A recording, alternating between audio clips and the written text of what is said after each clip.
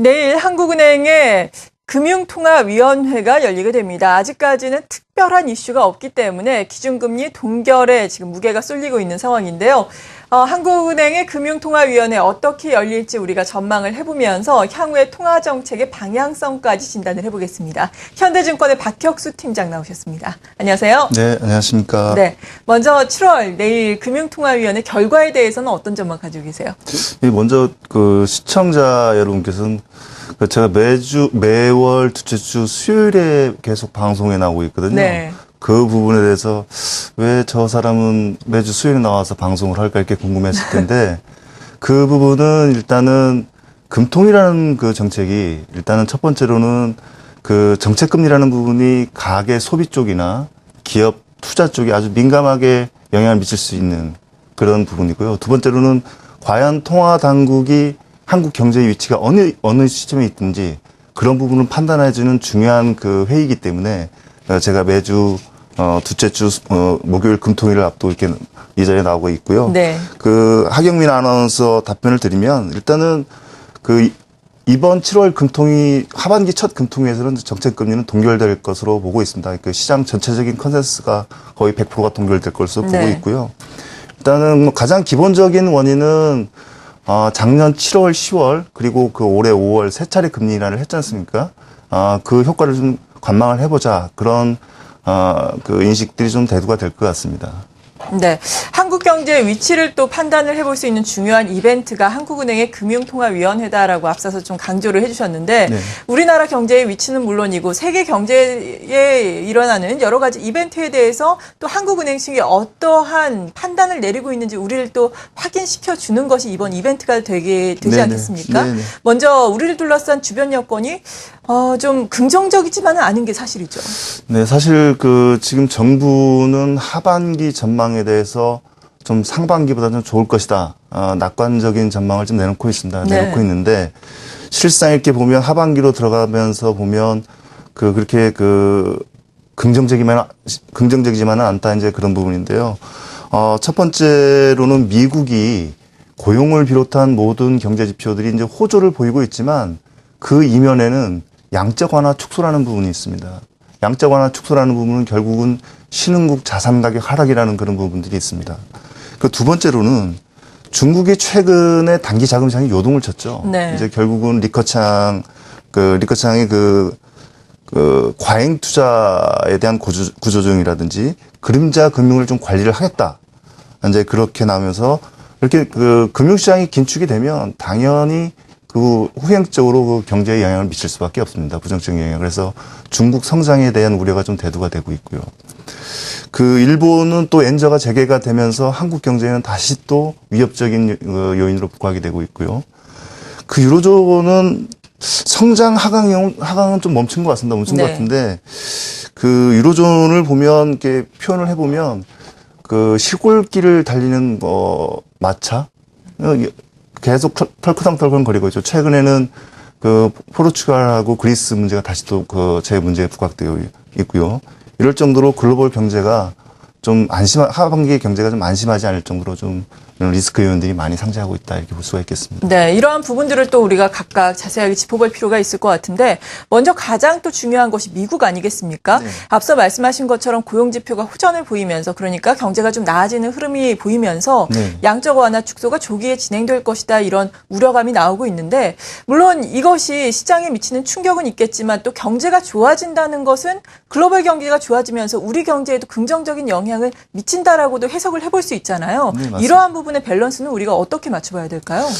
일단 미국 GDP에서 소비가 차지하는 비중이 3분의 2입니다. 네. 3분의 2이기 때문에 고용 지표가 회복된다는 것은 가계 소비나 소득 소비 증가. 그래서 지금까지 금융위기에 진행이 안 되고 있었던 민간 부분의 자생적인 성장 이런 부분이 가능하다는 부분이죠. 그래서 미국 경제 회복은 시차를 두고 글로벌 경제의 어떤 선순환을 가져온다. 이제 그게 과거의 어떤 흐름이었습니다. 네. 그래서 이제 수출 의존적인 한국 경제를 보면 상당히 미국 경제의 어떤 회복 이런 부분들은 한국 수출의 모멘텀이 될 수가 있는 거죠. 회복의 모멘텀이 될 수가 있습니다. 지금 대미 수출 비중을 보면 이 작년에 10.7%에서 올해 상반기까지 한 11.4%로 올라왔고요. 예. 그리고 중국 같은 경우는 최고 많죠. 한 24.5%에서 25.4%로 지금 많이 올라와 있는 상황인데, 다만 이제 그 문제가 뭐냐면 미국이 양적 완화를 축소를 하면 결국은 가장 데미지를 입는 그 국가들이 신흥국가라는 거죠. 신흥국가들의 자산 가격이 하락하는 금융시장 불안이 뒤따른다는 겁니다. 이 고비를 넘어서야지 미국 경제 회복에 어떤 긍정적인 영향을 받을 수가 있다고 볼 수가 있겠고요. 지금 차트를 보시면 네. 네, 나가고 있네요. 지금 한국 수출 증가율하고 미국의 ISM 제조업 신규 주문 이걸 보면 거의 유사한 추이를 보이고 있습니다. 그러니까 그러네요. 말하자면 미국의 경기 회복은 결국은 한국 수출 증가율로 이루어질 수 있다 그런 부분이고요. 두 번째로는 지금 현재 미국과 한국의 수출 비중인데 많이 역전이 됐죠, 과거보다. 그렇기 때문에 한국 경제가 중국 경제 의존도가 상당히 높아진 반면에 미국 경제 의존도는 낮지만 여전히 수출 비중이 두 번째로 높은 국가이기 때문에 네. 미국의 경기 회복은 결국 한국 경제에 긍정적인 팩터다 이렇게 보시면 될 것 같습니다. 네, 그렇군요. 그리고 이제는 금리 이야기를 좀 해봐야 할 텐데, 시장금리 같은 경우에는 단기적으로 지금 숨고르기 양상이 들어가 있다라는 평가가 나오고 있는 상황인데요. 향후에 채권 시장은 어떤 움직임을 나타낼까요? 숨고르기 양상 속에도 좀 변동폭이 좀 많이 확대가 되고 있죠. 예. 지금 올해 국고 3년 금리가 2.44%에서 지금 어제 2.99%로 55bp나 급등했고요. 아, 예. 그리고 10년 만기 국채 금리는 2.73%에서 3.60%로 87bp, 그러니까 장기물 금리가 더 올랐죠. 그러네요. 이렇게 금리가 많이 오른 것은 첫 번째로는 기준금리나 기대가 많이 약화됐다는 겁니다. 하반기 들어와서. 그리고 두 번째로는 미국 양적 완화 축소에 따른 신흥국 자산 가격 하락 우려가 시장에 반영되고 있다는 거죠. 근데 실제로 보면 여타 브라질이나 인도 이런 국가들은 경상수지가 적자를 보이면서 그런 우려들이 커지고 있지만 한국은 상대적으로 그들 국가에 비해서 상당히 안정적이다. 그래서 죄송합니다. 좀 최근에 시장이 과도하게 지금 반응을 하고 있다 이렇게 볼 수가 있겠고요. 네. 차트를 보시면 과거 이렇게 차트를 보시면 금리 인하 종료 시점 전후로 해서 시장금리 변곡점이 형성이 됐다는 겁니다. 이게 어떻게 보면 지금 5월부터 금리 상승에 하게 된 어떤 가장 근본적인 배경이다 이렇게 볼 수가 있겠고요. 네. 하반기를 보면 결국은 지속적인 상승을 위해서는 지금의 어떤 기술적인 부분, 그러니까 미국 양적 완화 축소 이런 부분보다는 경기 회복이라는 부분들이 뒤따라야 된다는 거죠. 그런데 아직까지는 하반기 경기 회복 기대는 있지만 여전히 지표로는 아직 확인이 안 되고 있다. 따라서 양적 완화 축소 이런 논란 때문에 변동성은 확대될 가능성이 있지만 네. 경제 지표 확인까지는 좀 숨고르기 과정이 좀 있지 않겠느냐 이렇게 보고 있습니다. 네, 그러니까 장기적으로는 경기 회복 쪽에 우리가 좀 초점을 맞춰봐야 되겠고, 단기적으로는 양적 완화 축소가 언제 시행되는지, 시장에 미치는 충격이 어느 정도일지가 관건일 것 같은데요. 네네. 이것을 또 가늠해 볼 수 있는 벤 버냉키 연준 의장의 의회 반기 보고서가 또 발표가 되지 않습니까? 네네. 이 부분은 어떤 내용이 나올 것으로 예상을 하시고, 이에 따른 우리의 통화정책 방향에 대해서 마지막으로 정리를 해주시죠. 일단 7월 17일, 18일 이제 버냉키 미 의회 의장이 미 의회를 보고를 하는데 가장 이제 관건이 될 것은 Q3 축소를 과연 거론할 것인지 미 의회에서 이제 그런 부분인데, 이제 시장에서는 6월 고용지표 호조 이후에 양적 완화 조기 축소 시행 가능성이 좀 대두가 되고 있습니다. 당초에는 12월 FOMC 회의에서 양적 완화 축소하지 않겠느냐, 이제 이런 주장들이 좀 있었지만 6월 고용 지표가 발표된 이후에 9월 FOMC나 10월 FOMC로 좀 앞당기지 않겠냐, 그렇죠. 이렇게 보고 있고요.